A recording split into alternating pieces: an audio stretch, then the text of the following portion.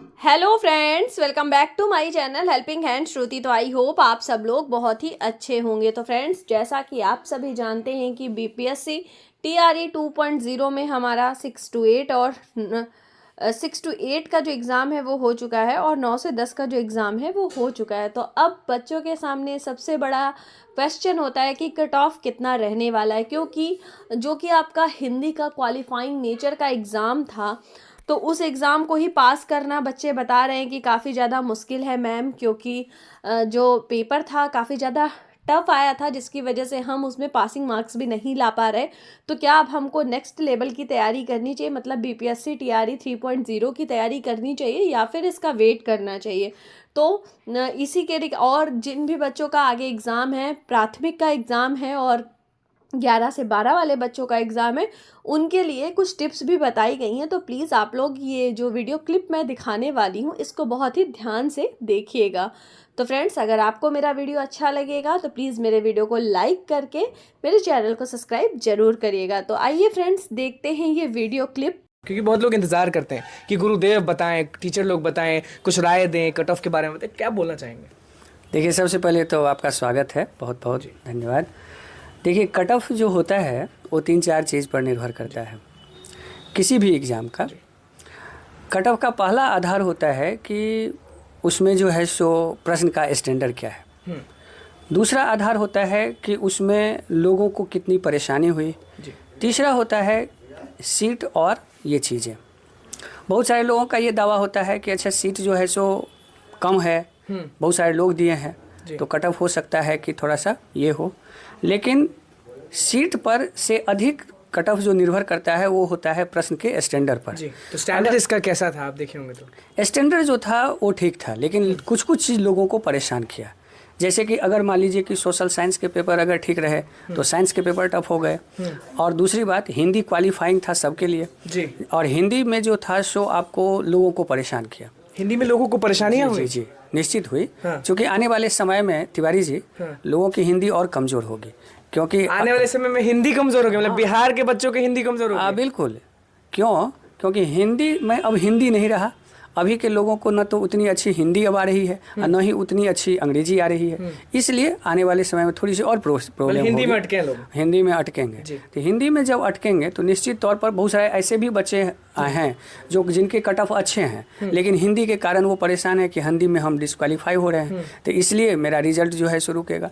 तो ये सब चीज़ें समस्या आएगी, इसको लेकर के कट ऑफ पर प्रभाव पड़ेगा। प्रभाव पड़ने वाला है। बिल्कुल लेकिन जितने लोग हैं वो टेंशन थोड़ा सा लें कि कट ऑफ थोड़ा सा ले लगभग जाएगा। टीआरई 2.0 में इतने लोग हैं, इतने शिक्षक अभ्यर्थी हैं। सामान्य रूप में अगर देखा जाए तो कट ऑफ जो है 70 प्लस माइनस रहेगा। मतलब कहने का अर्थ है कि 65 से 70, 75, 72 के बीच में कट ऑफ रहेंगे। 65 से 75 के बीच में कट ऑफ रहेंगे, बस यही कट ऑफ रहेंगे। तो बिहार के लोग एकदम जोश के साथ रहेंगे या बाहर के लोग बाजी मार जाएंगे? नहीं, ऐसा नहीं कहेंगे। क्योंकि बिहार है। कहा जाता है एक बिहारी 100 पर भारी होता है।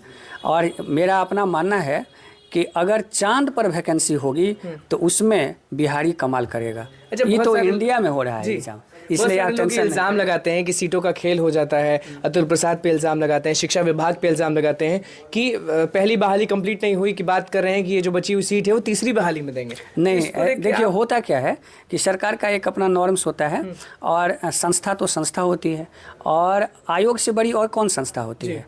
मान लीजिए कि बीपीएससी के अलावा और कौन सी संस्था है जो इतनी कंटिन्यू रूप में एग्ज़ाम ले रही है, इतनी जल्दी एग्ज़ाम ले रही है और सही ढंग से ले रही है? सही ढंग से। तो रिजल्ट के लेकर लोग प्रदर्शन करते हैं और बोलते हैं कि उसके पीछे रीजन होते हैं। देखिए, कोई ना कोई चीज़ें तो हमेशा चूक रहेगी या नहीं रहेगी ही।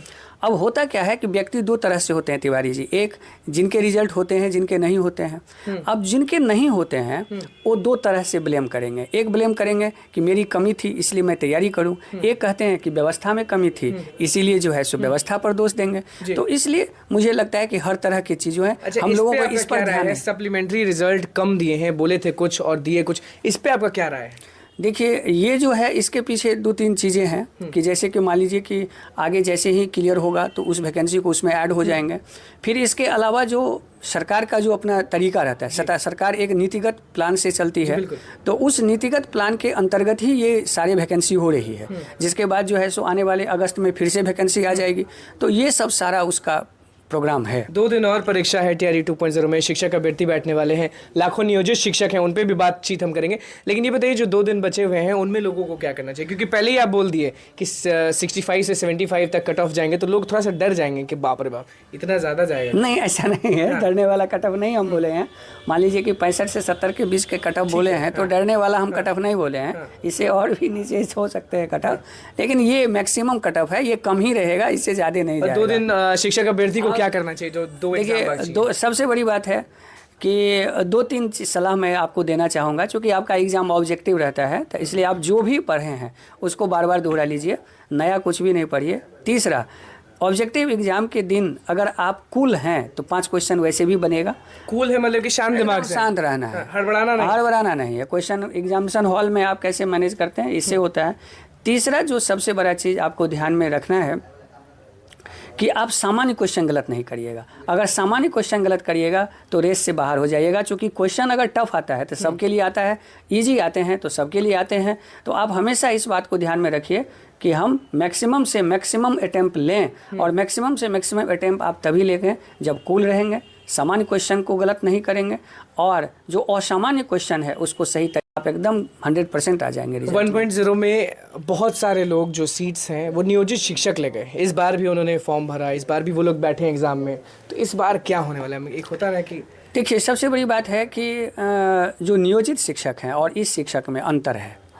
जी, अंतर है, इसीलिए जो भी नियोजित हैं वो लोग इसमें एग्ज़ाम दे करके अपने फुल फ्रेजेज में आना चाहते हैं, तो ये उनका अधिकार है। और निश्चित तौर पर चूँकि उनके पास अनुभव है, देखिए सफलता के लिए 2 चीज़ें होती है, एक होती है बल और दूसरा होता है अनुभव। तो जो नए लोग होते हैं उनके पास बल होता है, और जो पुराने लोग होते हैं उनके पास अनुभव होता है, और अनुभव से कई बार वो बल वाले लोगों को पराजित कर देते हैं, ये होता है। तो चूँकि सालों से पढ़ा रहे हैं नियोजित शिक्षक, और फिर सरकार उनसे परीक्षा लेती है, लगातार कैबिनेट की बैठक भी नहीं हुई, लगातार लोग इंतजार करते हैं कि हमें राजकर्मी का दर्जा मिलेगा, लेकिन फिर से वो लोग को वही एग्जाम देना पड़ता है लोगों के साथ बैठ के। ये अजीब बेइज्जती वाली बात नहीं? नहीं, ये बेइज्जती वाली बातें नहीं है, क्योंकि इसलिए कि हर विभाग में विभागीय परीक्षा होती है। तो एक तरह से ये हम मानते हैं कि ये शिक्षक के लिए एक विभागीय परीक्षा हुआ, कि जिसमें मैंने एक समय आया तो मैंने आपको नियोजित किया, और आज आप उसी चीज़ों को आप क्वालिफाई करके लेकिन गांधी मैदान में नीतीश कुमार ने ये बोला था कि हम एक परीक्षा लेंगे जिससे आप राजकर्मी का दर्जा आप लोग को मिल जाएगा, लेकिन उसी बीच में फॉर्म निकला, फॉर्म इधर भी भर दी, काफी कंफ्यूजन वाला मामला। दोनों विकल्प हुआ। उन्होंने ये कहा कि हम एक एग्जाम लेंगे, एग्जाम तो उस समय भी लेते, हाँ, वो सारे नियोजित के लिए लेंगे, जो स्पेशल नियोजित हैं उन्हीं के लिए होंगे। और इसमें उनको मौका मिल गया कि नियोजित जब एग्जाम होगा तब, उससे पहले अगर इसमें सफल हो जाते हैं तो वो तो BPSC टीचर में आ जाएंगे। सीटों का खेल हो रहा है कि नहीं? एकदम ऑनेस्टली, अगर आप गुरु हैं, बहुत सारे लोग आपको देख रहे हैं, एकदम ऑनेस्टली बताना है कि सीटों का खेल हो रहा है कि नहीं, क्योंकि लाखों लोग इल्ज़ाम लगाते हैं के पाठक पे, अतुल प्रसाद पे कि खेल हो रहा है, तो आप बताइए, एकदम सच्चाई जानना चाहते हैं। देखिए, सबसे बड़ी बात क्या है कि व्यवस्था जो होती है, और आप चूँकि मीडिया में हैं इस बात को आप बखूबी जानते हैं कि चीज़ें बहुत तरह की निकलते रहते हैं, और जब तक उसकी सच्चाई पता ना हो, बातें पता ना हो, और एक बात तो आपको मानना पड़ेगा कि इतनी कम समय में इतने अधिक लोगों को रोजगार देने में बिहार के अलावा और ऐसा कौन सा राज्य है बताइए? यूपी वाले जब हमें मिलते हैं वीडियो में तो वो लोग कहते हैं कि यूपी से अच्छा बिहार है, यहाँ रोजगार ही रोजगार। तब यही ना है, यहाँ पर रोजगार ही नहीं, यहाँ पर करने वाले की अब कमी हो जाएगी। अगर जिस तरह से सरकार का पैटर्न है, चीज़ें हैं, इतनी अधिक मान लीजिए वैकेंसी है, तो मैं तो मानता हूँ कि सीट खेला जो कहता है लोग, वो एक सुनते रहिए। लेकिन मुझे लगता है ये अच्छा, ये जो BPSC के द्वारा एग्जाम लिया जा रहा है, इससे शिक्षा व्यवस्था सुधरेगी कितनी, ये बताइए। देखिए, शिक्षा व्यवस्था को सुधारने वाला एक अलग बात आपने पूछा है। शिक्षा व्यवस्था केवल एग्जाम ले लेने से ही नहीं सुधरेगी, क्योंकि शिक्षा व्यवस्था को सुधारने में 3-4 चीज़ों की भूमिका होती है। पहला होती है योग्य शिक्षक की, योग्य एडमिनिस्ट्रेशन की, और योग्य इंफ्रास्ट्रक्चर की। ये तीनों को जब तक आप व्यवस्थित नहीं करेंगे तो शिक्षा व्यवस्था नहीं सुधरेगा। जी, इसमें से हम योग्य शिक्षक देंगे लेकिन योग्य इंफ्रास्ट्रक्चर नहीं देंगे तब भी प्रभावित तभी होगा, व्यवस्था खराब। तब भी प्रभावित होगा। और योग्य इंफ्रास्ट्रक्चर के बाद भी उनके उपयोग करने के लिए अगर जवाबदेही नहीं है तब भी वो योग्य नहीं होंगे। और तीसरा, कुछ भी नहीं रहने के बाद अगर शिक्षक मन बना लें कि हमको बच्चे को पढ़ाना है तब सब तो वो चटाई पर भी पढ़ा लेंगे और कलेक्टर बना लेंगे। चलिए बस जाते जाते ये बता दीजिए कि 1 से 10 के बीच में इस बार का जो TRE 2.0 का क्वेश्चन पेपर था वो कितना हार्ड था, अगर रेटिंग के तौर पे जाएं तो? रेटिंग पर देखेंगे तो 4 पॉइंट दे सकते हैं। 4 पॉइंट, मतलब उससे ज़्यादा हार्ड नहीं? नहीं इजी। हाँ इजी था। चलिए, मतलब कि बाजी मारेंगे बिहार के लोग? बिल्कुल मारेंगे। और एक बात और आपके माध्यम से मैं बताना चाहूँगा कि जो जितने भी नियोजित या जो भी शिक्षक बन रहे हैं, शिक्षा व्यवस्था में आ रहे हैं, उनको आपके तरफ से, मेरे तरफ से बहुत सारी शुभकामनाएं हैं, सफल हों।